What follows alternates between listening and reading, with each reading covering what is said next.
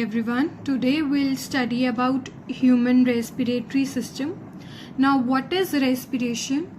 As you all know that a car needs energy to run, so we have to fill the car with the petrol, and when the petrol burns it gives energy to the car and it helps the car to run. Now similarly, our body also needs energy to carry out various functions. Now from where does we get the energy? When the food is broken down in the presence of oxygen, it releases carbon dioxide and energy, and this energy is utilized to carry out various functions of our body. Now respiration is a biochemical process. By biochemical we mean that chemical reactions takes place inside the cells of the body. So when we respire, we take in oxygen, and this breakdown of food forms glucose. When it combines with the oxygen, it releases carbon dioxide, and this carbon dioxide is eliminated from a body, and the energy which is generated, that is utilized by our body to perform various functions. Now the human respiratory system, it consists of nose, pharynx, larynx, trachea, then you have the bronchi and the bronchioles. The lungs are the main respiratory organs of a respiratory system. Now we will discuss about the nasal cavity. Now when you breathe through the nose or the nostrils, what happens? The air enters into this nasal cavity or the nasal passage. The air which enters into the nasal passage, it gets filtered, it becomes moist, and it is warmed up to the body temperature. And the hair which are present in the nose, they prevent the dust particles to enter into your lungs. They trap those germs or the smoke particles, dust, and they clean and filter air enters into the lungs. Then next we have the pharynx. It is the common passage for food and air, and the opening of the trachea and the pharynx, it is guarded by a muscular flap which is known as epiglottis. The opening which is there, that is known as glottis.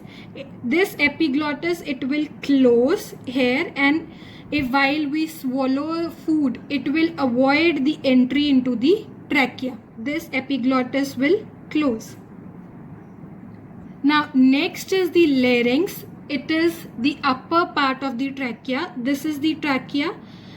Before that you have the larynx present. It is also known as voice box or Adam's apple, and this larynx, it helps in producing sound. So it is the sound producing organ. Larynx, it contains vocal cords. These vocal cords, they produce vibrations which help to create sound. Next we have trachea, which is also known as the windpipe.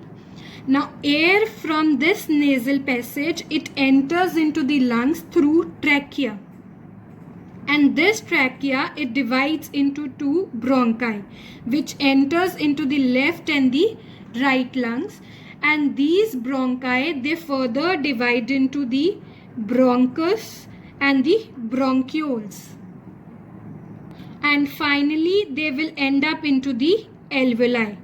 These alveoli or the alveolus, these are the air sacs which are present in the lungs. They are the air filled sacs, and all the exchange of the gases which has entered into the lungs, all the exchange of the gases takes place through these alveoli.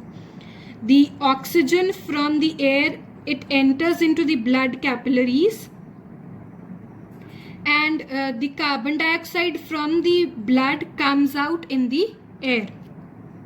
Now we have the lungs, which are the main respiratory organ. They are spongy, highly elastic bag-like structures, and they are enclosed in an airtight thoracic cavity. Now this thoracic cavity which is present, it is formed of, at the back you have the backbone present, then the ribs are present over the lungs.